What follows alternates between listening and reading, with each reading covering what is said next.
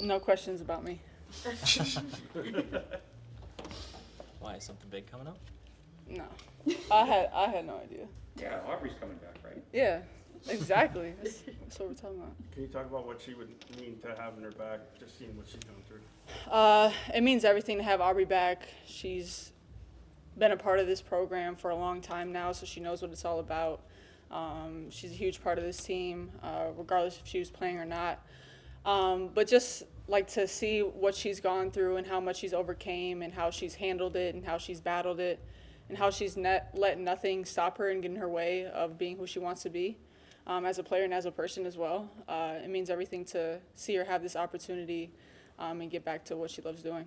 How valuable would it be to have her back, especially on defense? Because we see what KK can do and what you guys are doing with the press. And just having Aubrey and her length and speed.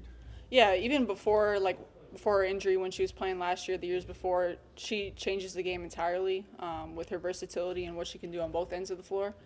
And just her energy, her getting in passing lanes, deflections, her ability to guard 1 through 5 really, and what she does for us on offense, creating second opportunities, being aggressive, running in transition, and just doing everything that Aubrey does. It'll be huge. Been getting a lot of support from Aubrey and from Caroline as they go through this. How important is it to see your teammates that are bought in no matter whether they're able to play or not?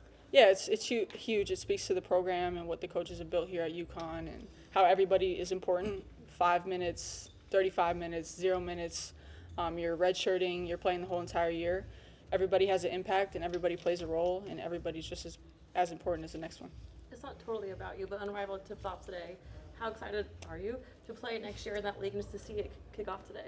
Very excited. I think it's obviously a great moment for the game, a great unique opportunity for women's sports, women's basketball. Just to have this league, have a different opportunity playing 3-on-3 basketball, 1-on-1 basketball, and just another form of entertainment. It'll be fun to watch. I'm excited to see how it goes. You have a stake in the league. I mean, what have you liked about what you've seen from them so far just in the lead up to starting this whole thing? I think really the investment, the partnerships with them, the investment, how much they're pouring into those women who are part of the league, who have stakes in the league, who have ownership and equity in part of the league, and just how important they're treating it. It's not just a for fun league in the off season for them to make money and have an opportunity to play, but it's really an opportunity to grow the game. And they poured everything into it, have their own facility, great lifting or a weight room, recovery stuff, and they're treating them very nicely. So it's a great start to the league, and I'm excited to watch. As an elite scorer, what impresses you about AZ, and how close do you think she is to being her true self again? I think just her ability to score at all 3 levels. Everybody knows her as a shooter, but she's much more than that. She has a great mid-range game, can get to the rim and finish. She's very strong, sneaky strong. I think as each game goes by, she's looking more and more like herself. She was just asked about the first time she remembers playing with you or against you with USA basketball. And she said, "There's no way that girl's beating me out for that spot." Do you remember that stretch, and what were your impressions of her first time you were either guarding her or throwing passes to her? Yeah, I mean, it sounds like she was more worried about me. I don't even really remember her in tryouts, so we were on the same team. But I didn't even realize we were fighting for the same position at that point. I was just trying to make the team as whatever. But then as we made the team, we were like the first and second people off the bench, and we really just bonded and played extremely well off each other starting then. And then obviously it just grew as years went by. What age was that? Now? What age? I think I was going to be a sophomore and she was going to be a freshman. What about now? How special is it when you're out there together? You guys know each other so well. Yeah, it's just like what we've been wanting to do since 9th and 10th grade, wanting to continue to play with each other and build off that. And we haven't had a lot of opportunities to do so, so we never want to take it for granted now. It's not about you, but do players in general care about milestones? I mean, I feel like each person has their own individual outlook on it. I honestly didn't even know I was 6 points away until after last game. I had no idea, I had no idea it was such a big deal. But honestly, I think when you come here, you kind of put individual milestones and achievements. Obviously, you have goals for yourself and what you want to be that year and how you can be the best version of yourself for the team. But I think everything around here, everybody around here is very team oriented. Any baskets you've scored in your career that really just stick in your mind?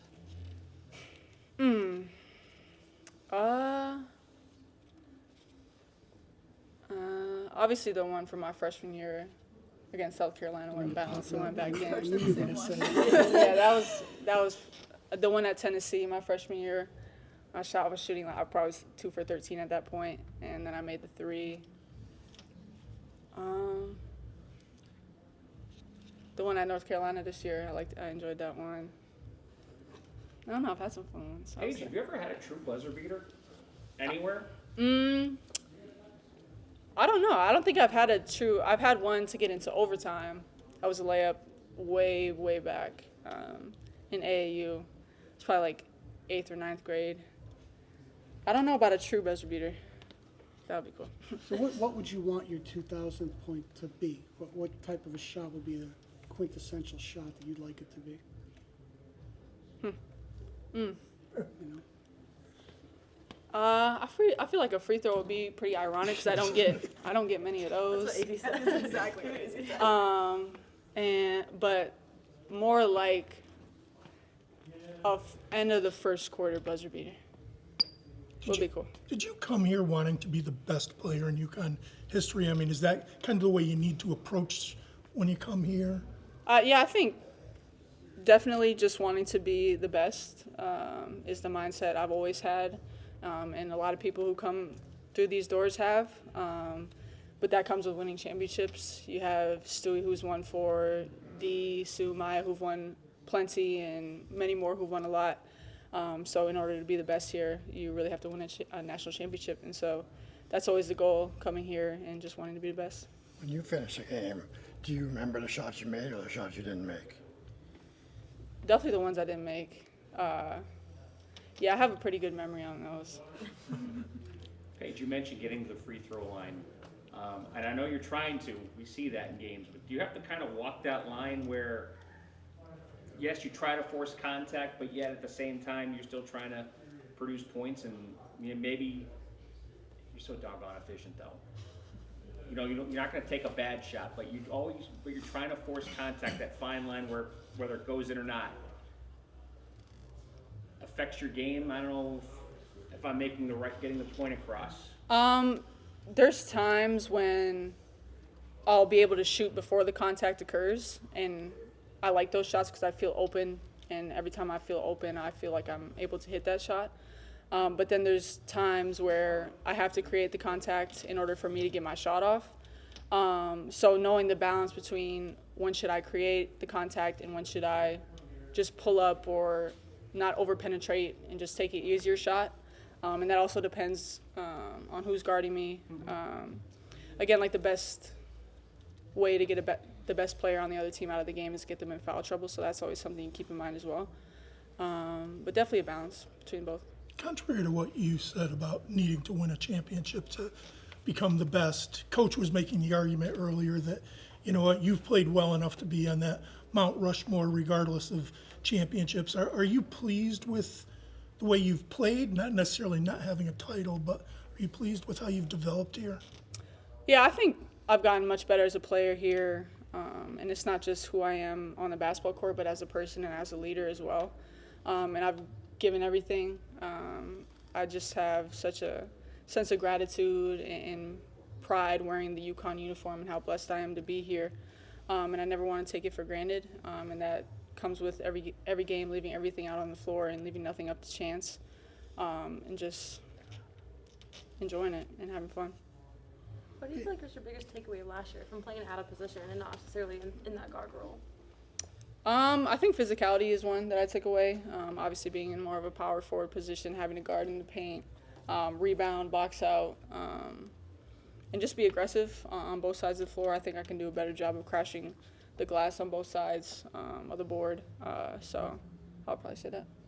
Paige, have you reached the point where you kind of free yourself from thinking about what happened in the past, or thinking, the injuries or whatever, or thinking about comparisons to anybody else, and you're just kind of in the moment where your feet are and thinking about the next 3 months? Have you reached that point? Yeah, I think I've done a lot of growing in terms of my mindset and my mentality as well, of staying in the present.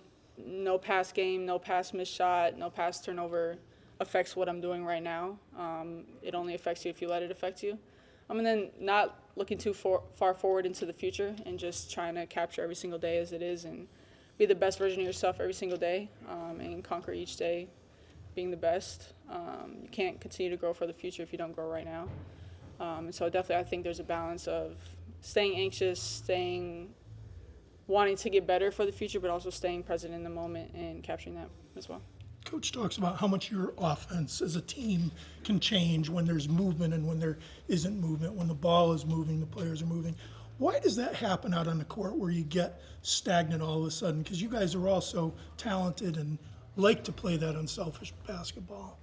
Yeah, I think we just need to stop getting stuck when we don't get our first and second opportunities and first and second looks in our offense and continue to keep playing throughout the third look, the fourth look. Like, we should never stop moving, never stop cutting, never stop screening until we get a wide open jump shot. So I think a little bit is just it getting stuck on one side of the court, us not getting the first option in our offense, and what do we do after that? And then just attacking when there's shooting when you're open, attacking when they're closing out hard, and just taking those opportunities. Going back to Dom's question, just about staying in the moment, I mean, how do you teach yourself to do that? Is that not going on social media? Like, you didn't know you were 6 points away. Is that not reading stuff about you? Like, what does that look like for you? Yeah, I mean, not getting too caught up in the opinions of others. I have stayed off of social media quite a bit this season, just because what you don't see can't hurt you. And the only people that are really important to this team's success are the people that are in this building. And we're with each other every single day. We talk every single day. So that's truly all that matters. And when you start reading things, getting the opinions of others, you second guess yourself. You get confused with all these different voices that are coming in from all different types of directions. So just staying true to yourself and what you know and the people around you that are important to every single day life. Stick to that. Paige, what about the consistency that Sarah has shown? What were we, 18, 19 games into the season? And she's just so consistent in a lot of phases of her game. What's it like playing with her? It's great because you know what you're going to get every single night, and an extremely unselfish teammate, somebody who's always going to be on the boards, who can hit the open person every single time, makes the right play, makes the right pass, and can score at will. So you know every single night what you're getting from Sarah, and that's extremely important in a team. Who's a better passer? Me or you? No. Her. Sarah. I'll give it to Sarah.